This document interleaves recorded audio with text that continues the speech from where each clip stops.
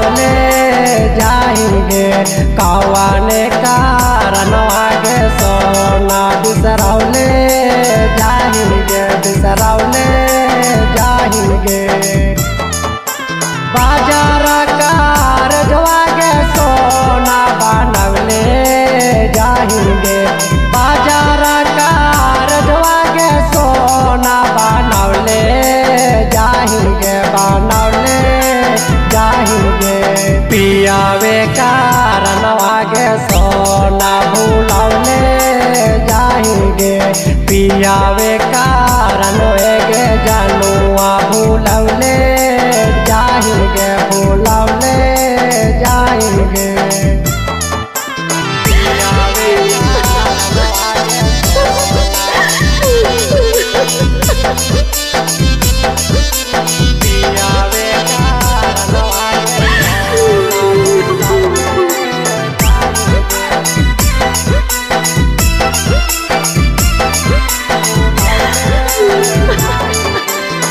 माथवा पर हथवा धर के कहानी की आगे तन को न कराहानी हमारो भी आगे हमारो भी आगे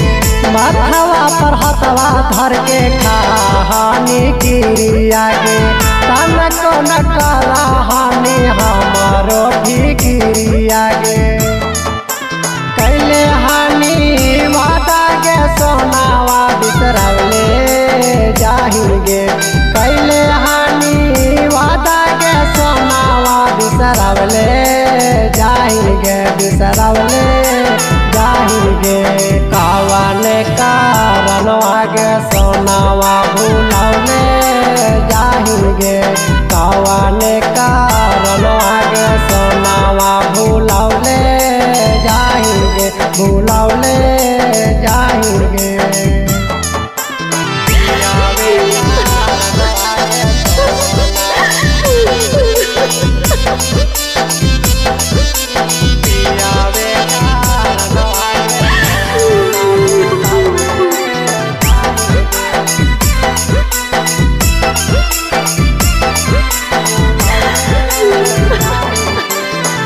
रंजिता के छोड़ के तू हो जैमी ससुराल में कैसे भूल जैमी प्यार कैले हानि कुमार में कैले हानि कुमार में अमन के छोड़ के जैमी तू तो ससुराल में कैसे भूल जैमी प्यार कैले हानि कुमार में के करना में मंगिया से दूरावा सजौले जाएंगे के करना में मंगिया से दूरावा सजौले जाएंगे सजौले जाएंगे कौने का सुरवागे जनुआ बिसरौले जाएंगे कौने का सुरवागे सोनावा बिसरौले जाएंगे बिसरौले जाएंगे।